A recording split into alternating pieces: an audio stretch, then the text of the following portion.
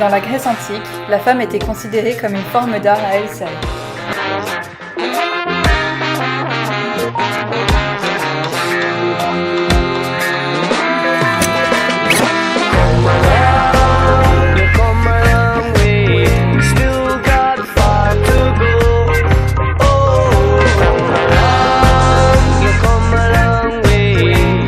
Qu'elle soit habillée ou qu'elle soit déshabillée, on va systématiquement toucher à son intégrité et la violenter.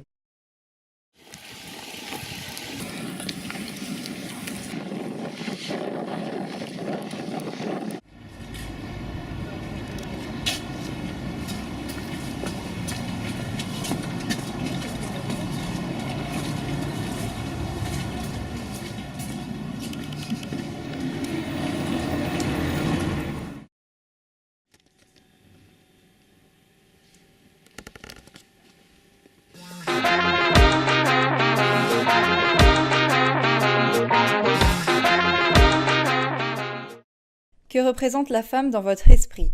C'est un genre qui ne peut pas vivre sans l'homme. C'est une évidence. Comme l'homme ne peut pas vivre sans la femme, c'est la constitution pour moi du monde.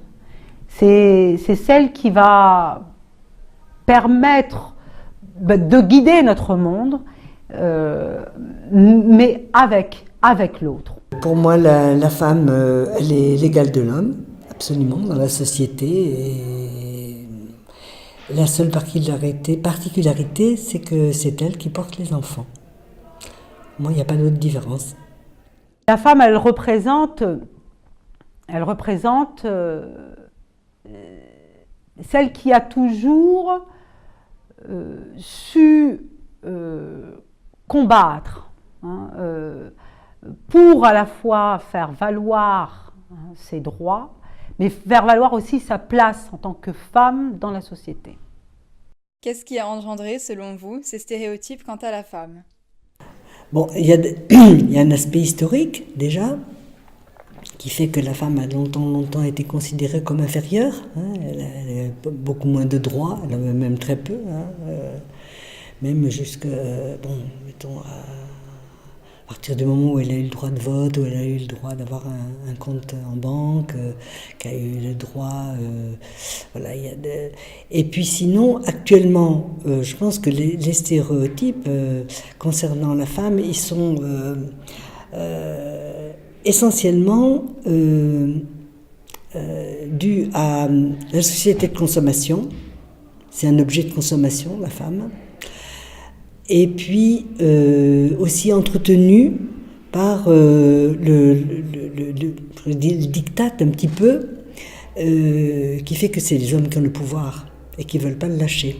Le contexte, la pauvreté, il faut le savoir, la misère et les inégalités sociales contribuent à favoriser le clivage et les inégalités entre les hommes et les femmes. D'après vous, la société impose-t-elle aux femmes de correspondre à ces stéréotypes? D'abord, il faut savoir que dès le jeune âge, on divise. Donc on parle d'égalité entre les sexes, mais dans la conscience collective, on a la division permanente. Le but, c'est la consommation. La femme est un objet de consommation. Que ce soit pour la mode, pour tout. Déjà, ça commence par les jouets, ou les couleurs. Le bleu va être donné pour les garçons, et puis le rose pour les jeunes filles. Je crois que c'est entretenu par le fait que les hommes veulent garder le pouvoir. Pensez-vous que pour une femme, il est difficile aujourd'hui de rester à l'écart de ces stéréotypes? Oui, certainement. Oui, certainement. Je pense que c'est très difficile parce que tout est lié. Et si les femmes baissent la garde, elles risquent de perdre tous leurs droits acquis. Pour conclure, à combien estimez-vous le pourcentage de femmes victimes de sexisme en France? Alors là, vraiment, ça dépend je pense que ça dépend beaucoup des âges, des milieux. Je sais pas, peut-être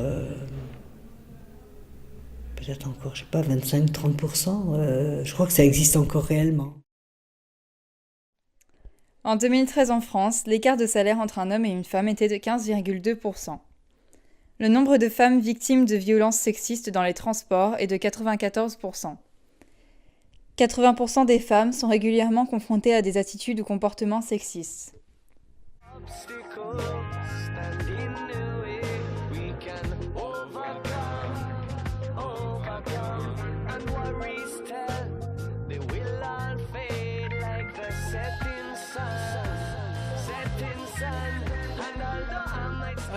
Pour moi, la femme, c'est l'élégance, la beauté, l'humour aussi, parce qu'on dit souvent que les femmes, elles font pas de l'humour, mais si, c'est vrai.